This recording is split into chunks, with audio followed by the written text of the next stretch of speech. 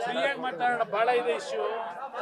ಫ್ರೀಯಾಗಿ ಮಾತಾಡೋಣ ಮೇಲೆ ಅವ್ರಿಗೆ ಇಂಗ್ಲಿಷ್ ಚಾನೆಲ್ಗೆ ಹೇಳ್ಕೊಂಡೆ ಅವ್ರಿಗೆ ಏನೋ ಬೇರೆ ಆ ಸಬ್ಜೆಕ್ಟ್ ಬೇರೆ ಕೇಳಿದ್ದು, ಈ ಸಬ್ಜೆಕ್ಟ್ ಬೇರೆ ನಾನು ಮಾತಾಡೋದು. ಇಲ್ಲಿ ಈ ಸರ್ಕಾರ ಎಷ್ಟರ ಮಟ್ಟಿಗೆ ಮುಖ್ಯಮಂತ್ರಿಗಳು ಅಧಿಕಾರವನ್ನ ದುರುಪಯೋಗ ಪಡಿಸ್ಕೊಳ್ತಕ್ಕಂಥ ಕೆಲಸಕ್ಕೆ ಆಲ್ರೆಡಿ ಕೈ ಹಾಕಿದ್ದಾರೆ. ಈಗಾಗಲೇ ಹೈಕೋರ್ಟ್ನಲ್ಲಿ ಸೈಟ್ ನಮ್ಮದೇ ಅಂತ ಹೇಳ್ಕೊಂಡಿದ್ದಾರೆ. ಜುಜುಬಿ ಸೈಟು ಅಂತ ಅವರಲ್ಲ ಅಡ್ವೊಕೇಟ್ ಹೇಳಿದ್ದಾರೆ. ಅಲ್ಲಿ ಜನಪ್ರತಿನಿಧಿಗಳ ನ್ಯಾಯಾಲಯದಲ್ಲಿ ಲೋಕಾಯುಕ್ತಾಗಿ ಎನ್ಕ್ವೈರಿ ಆಗಬೇಕು ಅಂತ ಕೊಟ್ಟಾಗಿದೆ. ಈಗ ಆ ಪ್ರಾಪರ್ಟಿ ಕೋರ್ಟ್ನ ಅಂಡರ್ನಲ್ಲಿದೆ. ಆ ಪ್ರಾಪರ್ಟಿ ಯಾವುದು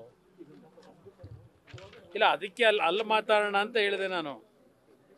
ಇಲ್ಲಿ ಪ್ರಶ್ನೆ, ನೆನ್ನೆ ಸೈಟನ್ನ ನಾನು ವಾಪಸ್ ಕೊಟ್ಟಿದ್ದೀನಿ, ವಾಪಸ್ ತಗೊಂಬಿಡಿ ಅಂತ ಹೇಳಿದಾರಲ್ಲ, ಯಾವ ಕಾಂಟೆಕ್ಸ್ಟ್ ಮೇಲೆ ವಾಪಸ್ ಕೊಡ್ತಾರೆ ಅವರು? ಯಾರ ಸೈಟ್ ಅದು? ಯಾಕೆ ಕೊಡ್ಲಿಕ್ಕೆ ಸಾಧ್ಯ ಅವರು? ಈಗ ಮೂಡಾ ಕಮಿಷನರ ಲೋಕಾಯುಕ್ತಕ್ಕೆ ಏನಾದರೂ ಗಟ್ಸಿದ್ರೆ, ಪ್ರಾಮಾಣಿಕವಾದ ಟ್ರಾನ್ಸ್ಪರೆನ್ಸಿ ಇದ್ರೆ ತನಿಖೆನಲ್ಲಿ ಆ ಮೂಡಾ ಕಮಿಷನರ್ನ ಅರೆಸ್ಟ್ ಮಾಡಬೇಕೀಗ ತಕ್ಷಣಕ್ಕೆ. ಯಾಕೆ ಮೂಡಾ ಕಮಿಷನರ್ ಅದನ್ನ ವಾಪಸ್ ತಗೊಳ್ಳಿಕ್ಕೆ ಅವ್ರಿಗೆ ಪವರ್ ಇದೆ?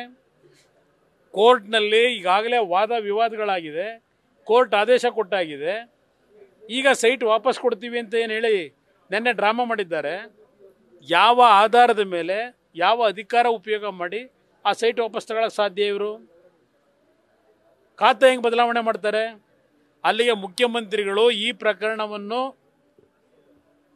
ಅವರ ಲೋಕಾಯುಕ್ತ ಅಧಿಕಾರಿಗಳನ್ನು ದುರುಪಯೋಗ ಪಡಿಸ್ಕೊಳ್ಳೋದ್ರ ಮುಖಾಂತರ ಇವತ್ತು ಈ ಪ್ರಕರಣವನ್ನು ಮುಚ್ಚಾಕ್ತಕ್ಕಂಥದ್ದಕ್ಕೆ ನಿನ್ನೆ ಬೆಣೆ ಹೊಡೆಯೋ ಕೆಲಸ ಏನು ಮಾಡಿದ್ದಾರೆ.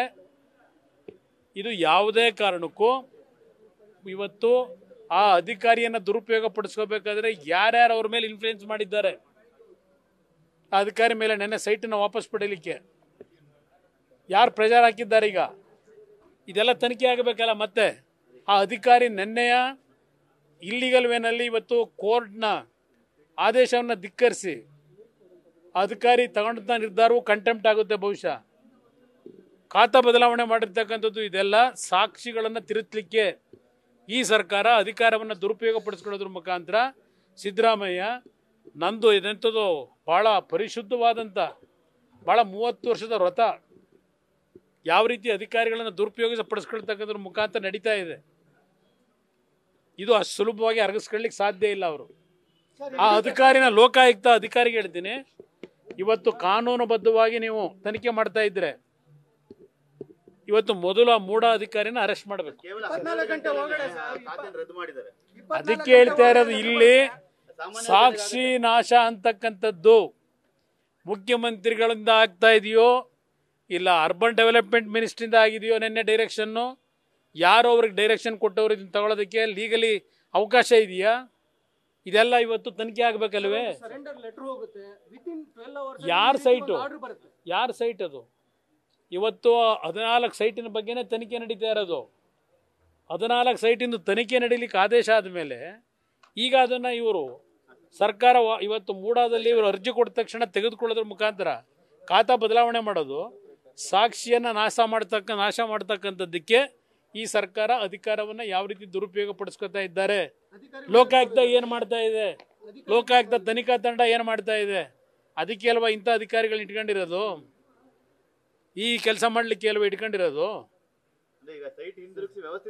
ಇದು ಅಷ್ಟು ಸುಲಭವಾಗಿ ಅರಗಿಸ್ಕೊಳ್ಳಿಕ್ಕೆ ಸಾಧ್ಯ ಇಲ್ಲ, ಅಷ್ಟು ಸುಲಭವಾಗಿ. ಯಾಕೆಂದರೆ ಇಡಿ ಅವರು ರಿಜಿಸ್ಟ್ರೇಷನ್ ಮಾಡ್ಕೊಂಡ್ರು ಕೇಸನ್ನು ಅಂತ ಹೇಳಿ, ರಿಜಿಸ್ಟರ್ ಆಗಿದೆ ಅಂತ ಹೇಳಿ ತರಾತುರಿಲ್ಲಿ ಇವತ್ತು ಈ ಸೈಟ್ ಕೊಡ್ತಕ್ಕಂಥ ಅವಶ್ಯಕತೆ ಏನು ಹೇಳಿದರು?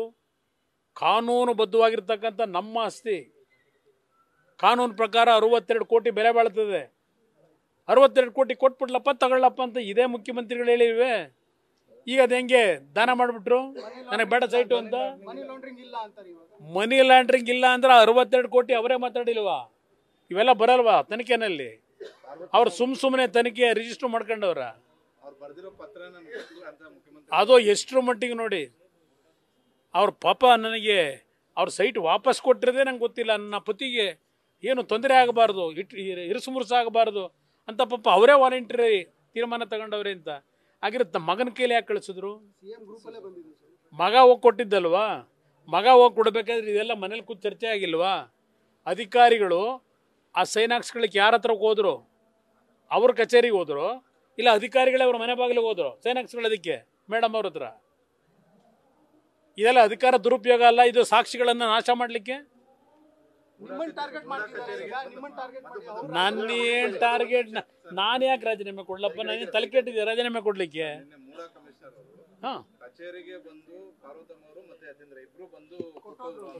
ನನಗೆ ಗೊತ್ತಿಲ್ಲ, ಕೊಟ್ಟಿದ್ರು ಅಷ್ಟೇ, ಅವ್ರು ಬಂದಿದ್ರು ಅಷ್ಟೇ, ಅವ್ರು ಬರದೇ ಇದ್ರು ಅಷ್ಟೇ. ಮೂಡಾ ಕಮಿಷನರು ಅರೆಸ್ಟ್ ಆಗ್ಬೇಕಾಗತ್ತೆ ಇಲ್ಲಿ ತಕ್ಷಣ. ಸಾಕ್ಷಿ ನಾಶ ಮಾಡ್ತಕ್ಕಂಥದ್ರಲ್ಲಿ ಮೂಡಾ ಕಮಿಷನರ್ ಪಾತ್ರ ಏನಿದೆ? ತಕ್ಷಣ ತನಿಖೆ ನಡೆಸ್ತಾ ಇರ್ತಕ್ಕಂಥ ಮಹಾನುಭಾವರುಗಳು ಅರೆಸ್ಟ್ ಮಾಡಬೇಕಾಗುತ್ತೆ.